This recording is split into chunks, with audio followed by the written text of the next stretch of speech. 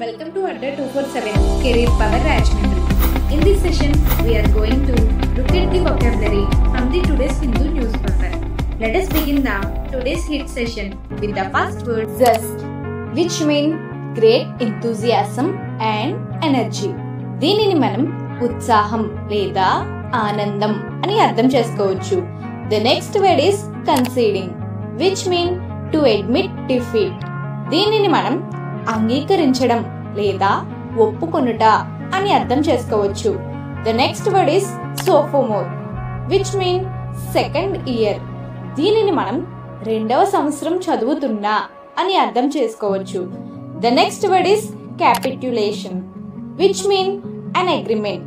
దీనిని మనం లొంగిపోవడం లేదా ఓటమిని అంగీకరించడం అని అర్థం చేసుకోవచ్చు. The next word is sheen, which mean shine or brightness.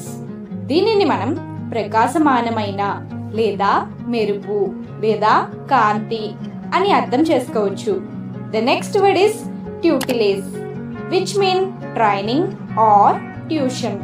దీనిని మనం శిక్షణ లేదా పోషణ అని అర్థం చేసుకోవచ్చు. The next word is foray, which mean a sudden short attack. దీనిని మనం చొరబాటు లేదా దండయాత్ర అని అర్థం చేసుకోవచ్చు. The next word is heed, which mean careful attention. దీనిని మనం గమనించడం లేదా జాగ్రత్త అని అర్థం చేసుకోవచ్చు. The next word is disquiet, which mean a feeling of worry or unease. దీనిని మనం ఆందోళన లేదా తొందర అని అర్థం చేసుకోవచ్చు. The next word is echoing, which mean to repeat. దీనిని మనం ప్రతిధ్వనించే అని అర్థం చేసుకోవచ్చు.